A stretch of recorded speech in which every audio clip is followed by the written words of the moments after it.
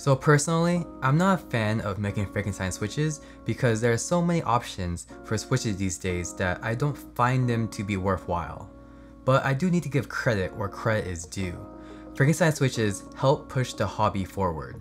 The Holy Panda was originally a Frankenstein switch, and that spawned a bunch of other switches. Recently, Zykos has been a hype tactile Frankenstein switch for you tactile fiends out there. But as nice as they are, I won't ever consider making them.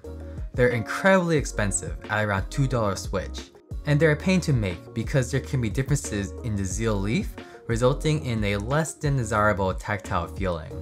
However, due to the popularity of Zykos, we now have these, the new Neapolitan switches from CannonKeys, made by Tecsee. Are these a direct replacement for Zykos?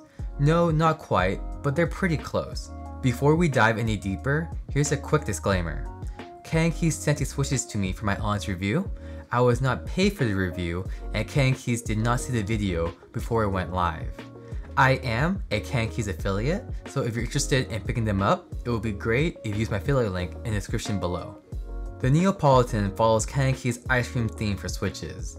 They feature a pink polycarbonate top, brown palm stem, and a milky white polycarbonate 5-pin bottom. The bottom housing mode is actually owned by CannonKeys to mimic a Zykos switch, and there is light factory lube on the leaf. Like Zykos, they have a long stem pull at around 13.9mm, which is actually a bit longer than the halo stems I've measured at around 13.6mm. Unlike Zykos, however, they feature a 2-stage 23mm 63.5 gram spring. It was my first time trying out 2-stage springs, and it seems like they're basically slow curve springs on steroids. To learn more about springs, you can watch my spring guide video linked above. The stem wobble is not terrible, but also not amazing. You can see a good amount of wobble in the north and south directions. It's not as bad in the east and west directions. The wobble on the purple pandas, even though also being made by Tecsee, is a bit better. Moving on to the Zykos, there is basically no wobble in the east and south directions, with just a bit in the north and south. And to show you how bad stem wobble can be, the wobble on the Glorious Panda is pretty bad. Next, let's do a sound test comparison between the Neapolitan and a few other tactile switches.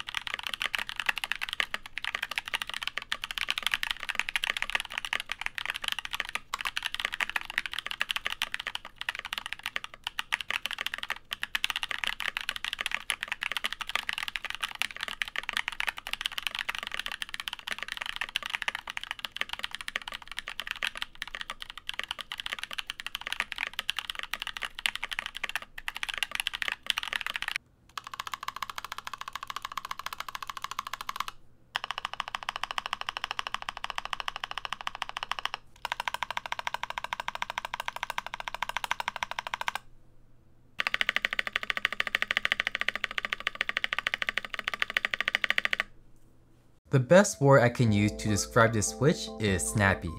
There's basically no pre-travel before the tactile bump, with just a little bit of post-travel after the bump. The 63.5 gram spring makes the switch on the lighter side to bottom out, but the long length makes the tactile bump feel heavier and it snaps back quicker on the upstroke. The Neapolitans are a tad scratchy stock, which I couldn't really feel due to the strong tactile bump, but you could hear it if you listen closely. But hey, you are probably going to lose them anyways. Do the Neapolitans feel exactly like Zykos? They don't, but for less than half the cost, these will get you most of the way there. For my comparison between these two, I only have the 67 gram Zeal spring to make my Zykos.